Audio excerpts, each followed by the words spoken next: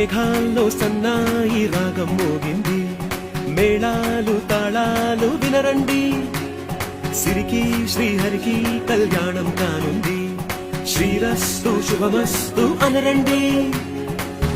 అర్చతలు గంటో పెళ్లికి అర్థం చెప్పారంటూ, మెచ్చదగు ముచ్చట ఇది అని సాక్ష్యం చెబుతామంటూ, జనులంతా జై కొట్టేలా జరిపిస్తామండి. అందాల కుందనపు బొమ్మవని జత చేరు